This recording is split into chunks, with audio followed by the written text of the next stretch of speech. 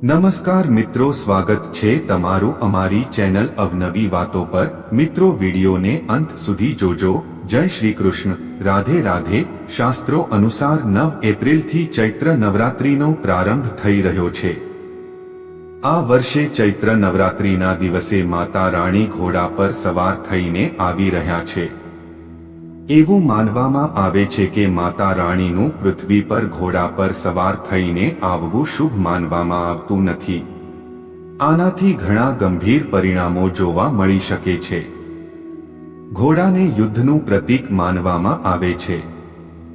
જો માતા ઘોડા પર આવે તો સમાજમાં અસ્થિરતા, તણાવ, અચાનક મોટો અકસ્માત, ભૂકંપ, ચક્રવાત, સત્તા પરિવર્તન, યુદ્ધ વગેરેની સંભાવના રહે છે। જ્યારે માતા રાણી હાથી પર બેસીને પ્રસ્થાન કરશે, હાથી પર સવારી કરવી ખૂબ જ શુભ માનવામાં આવે છે, જેના કારણે માતા રાણી ભક્તોને સુખ સમૃદ્ધિ આપીને પ્રસ્થાન કરશે। નવરાત્રિ નિમિત્તે ઘરની ખાસ સફાઈ કરવામાં આવે છે અને ખાસ તૈયારીઓ પણ કરવામાં આવે છે। આવી સ્થિતિમાં ઘરમાંથી કેટલીક વસ્તુઓ હટાવવી સારી માનવામાં આવે છે। ધાર્મિક માન્યતાઓ અનુસાર નવરાત્રિ દરમિયાન કેટલીક વસ્તુઓ ખાવાની મનાઈ છે, તેમજ આ શાક તૈયાર ન કરવું જોઈએ। આ શાકભાજી બનાવીને ખાવાથી ઘરમાં નકારાત્મક ઉર્જા આવે છે અને માતા રાણીનો શ્રાપ પણ છે। અને સાથે અમે તમને જણાવીશું કે કઈ વસ્તુઓ ખાવી જોઈએ। ચાલો જાણીએ કઈ એવી વસ્તુઓ અને શાકભાજી છે જે ન ખાવા જોઈએ। પરંતુ તે પહેલા, જો તમે પણ ઈચ્છો છો કે લક્ષ્મી માતાના આશીર્વાદ તમારા પર રહે, તો આ વિડીયોને લાઈક કરો અને ચેનલને સબસ્ક્રાઇબ કરો અને કોમેન્ટ બોક્સમાં ચોક્કસપણે જય લક્ષ્મી માતા લખો। આ રીતે કરો પૂજા। આ વખતે માતા ઘોડા પર આવી રહ્યા છે, જે શુભ માનવામાં આવતું નથી। આવી સ્થિતિમાં આ નવરાત્રિ દરમિયાન ક્ષમાની પ્રાર્થના સાથે માતાની પૂજા કરવી જરૂરી છે। દરરોજ વિધિપૂર્વક પૂજા કર્યા પછી ક્ષમા માટે પ્રાર્થના કરવાથી દેવી માતા પ્રસન્ન થશે અને શુભ ફળ આપશે। 1. મૂળાથી અંતર રાખો। જ્યોતિષમાં મૂળાનો સંબંધ રાહુ સાથે છે। રાહુની ખરાબ અસરને દૂર કરવા માટે મૂળાનું દાન કરવું જોઈએ। આયુર્વેદ અનુસાર તે વાતને વધારે છે। તેના સેવનથી રજો અને તમોગુણ વધે છે, તેથી ઉપવાસ દરમિયાન મૂળાનું સેવન ન કરવું જોઈએ। 2. વાસી ખોરાક ન ખાવો। ગીતામાં વાસી ખોરાકને પ્રતિશોધક અને રોગ પેદા કરનાર તરીકે વર્ણવવામાં આવ્યો છે। આવા ખોરાકને અશુદ્ધની શ્રેણીમાં રાખવામાં આવ્યો છે, તેથી ઉપવાસ દરમિયાન વાસી અને બળી ગયેલું ભોજન ન ખાવું જોઈએ। 3. ભૂલથી પણ લસણ અને ડુંગળી ન ખાઓ। નવરાત્રિના 9 દિવસો દરમિયાન લસણ અને ડુંગળી ન ખાવી જોઈએ। આ બંને તમોગુણને વધારનાર માનવામાં આવે છે। લસણ અને ડુંગળી ઉત્તેજના અને જાતીય ઈચ્છા વધારે છે। આ સિવાય શાસ્ત્રોમાં તેને રાક્ષસી ખોરાક કહેવામાં આવ્યું છે। એવું કહેવામાં આવે છે કે તેઓ રાહુ અને કેતુમાંથી ઉદ્ભવ્યા છે, તેથી તેમની પાસે દુર્ગંધ છે અને તેનો પૂજામાં ઉપયોગ થતો નથી। 4. માંસનું સેવન ન કરો। નવરાત્રિના તહેવાર પર માંસાહારી ખોરાકનું સેવન વર્જિત માનવામાં આવે છે। માન્યતા અનુસાર સાધના દરમિયાન અન્ય કોઈ જીવને પરેશાન ન કરવું જોઈએ। દુર્ગા સપ્તશતીમાં અંગે વિશેષ માર્ગદર્શિકા આપવામાં આવી છે। ઉપાસકને જીવો પ્રત્યે કરુણા હોવી જોઈએ અને અહિંસક રહેવું જોઈએ। 5. મસૂર દાળ ન ખાવી। મસૂર દાળને ધાર્મિક દૃષ્ટિકોણથી અશુદ્ધ માનવામાં આવે છે। તે મંગળ સાથે સંબંધિત માનવામાં આવે છે। કહેવાય છે કે તેના સેવનથી મનમાં હિંસક અને બદલાના વિચારો આવે છે। આયુર્વેદમાં રજોગુણ વધારવાનું કહેવાયું છે, જ્યારે આધ્યાત્મિક સાધના માટે સાત્વિક ગુણોમાં વધારો કરવો જરૂરી છે। 6. કસ્ટર્ડ એપલ અને ગાજરથી અંતર રાખો। નવરાત્રિનું વ્રત રાખનારાઓએ ગાજર અને કસ્ટર્ડ એપલથી અંતર રાખવું જોઈએ। આને રજોગુણ વધારવા માટે માનવામાં આવે છે। ગાજર ભૂગર્ભમાં ઉગે છે, તેથી તેને અશુદ્ધ માનવામાં આવે છે. 7. રીંગણથી અંતર રાખો. નવરાત્રી દરમિયાન રીંગણનું સેવન ન કરવું જોઈએ. રીંગણમાં રજોગુણ હોય છે. તેનાથી સાત્વિક લાગણી ઓછી થાય છે. આ સિવાય ચામડીના રોગો થવાની પણ સંભાવના રહે છે. રીંગણ પણ જાતીય ઈચ્છા વધારે છે, તેથી રીંગણનું શાક ન બનાવવું. 8. સફેદ મીઠું. ભારતીયોને મસાલેદાર ખોરાક ગમે છે. સાથે જ તેમના ભોજનમાં મીઠાનું પ્રમાણ પણ વધારે હોય છે. દરિયાઈ મીઠું તરીકે વપરાય છે, જેને સફેદ મીઠું પણ કહેવામાં આવે છે. પરંતુ આ 9 દિવસો દરમિયાન સફેદ મીઠાને બદલે રોક સોલ્ટનો ઉપયોગ કરવો જોઈએ. ઉપવાસ દરમિયાન માત્ર રોક મીઠું ખાવું સ્વીકાર્ય છે. સાથે જ આ મીઠામાં સોડિયમની માત્રા પણ ઘણી ઓછી હોય છે. તેથી તે હાઈ બ્લડ પ્રેશર ધરાવતા લોકો માટે ખૂબ જ ફાયદાકારક છે.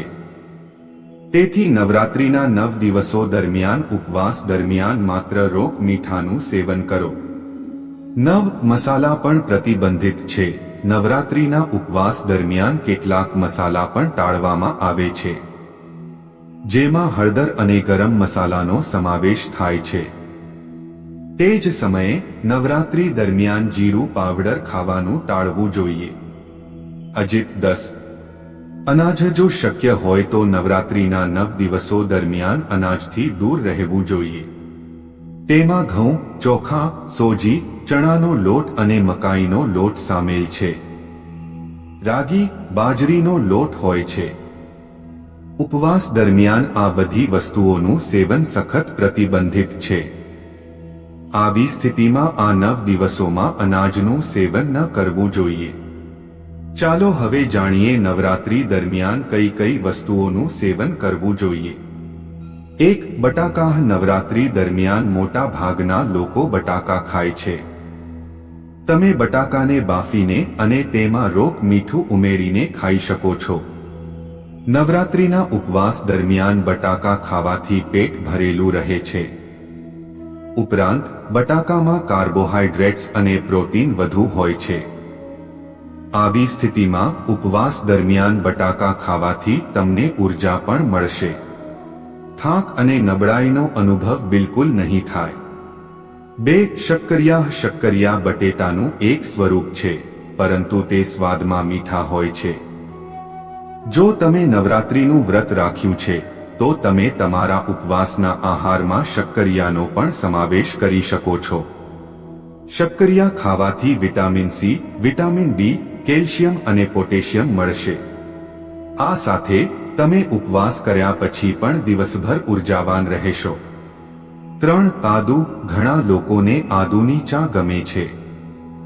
આવી સ્થિતિમાં તેમના મનમાં વારંવાર પ્રશ્ન આવે છે કે શું તેઓ નવરાત્રીના ઉપવાસ દરમિયાન આદુ ખાઈ શકે છે કે નહીં? તો જવાબ છે હા. નવરાત્રીના ઉપવાસ દરમિયાન પણ તમે આદુને ચા કે શાક વગેરેમાં મિક્સ કરીને ખાઈ શકો છો. 4. ગાજર. નવરાત્રીના વ્રત દરમિયાન ગાજર પણ ખાઈ શકાય છે. તમે ઉપવાસ દરમિયાન ગાજરનું શાક બનાવી શકો છો અથવા તેને સલાડના રૂપમાં ખાઈ શકો છો. ગાજર પોષક તત્વોથી ભરપૂર હોય છે.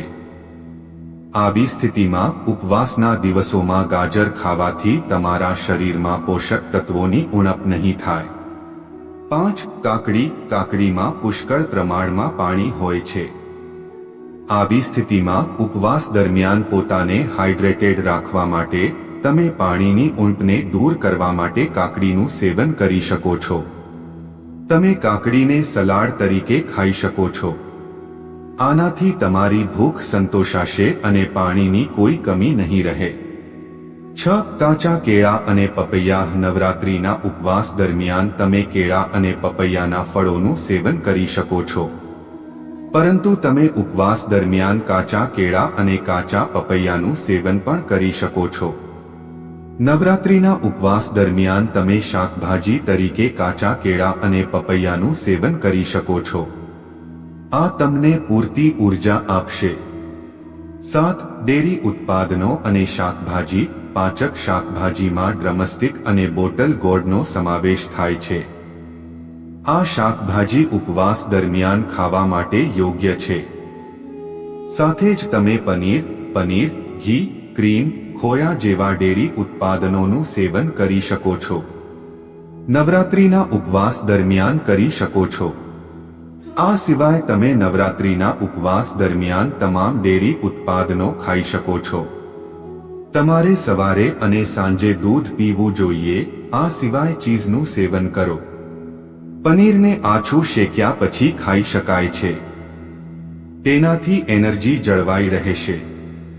8 ડિયા સાથેનો લોટ. નવરાત્રિમાં ઉપવાસ દરમિયાન ઘઉં અને ચોખા જેવા નિયમિત અનાજની મંજૂરી નથી.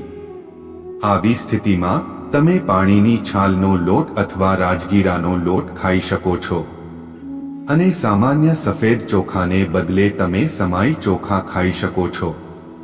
9 સાબુદાણાની ખીચડી અને સાબુદાણાના લાડુ. નવરાત્રિના ઉપવાસ દરમિયાન સાબુદાણાની ખીચડી એક લોકપ્રિય વાનગી છે.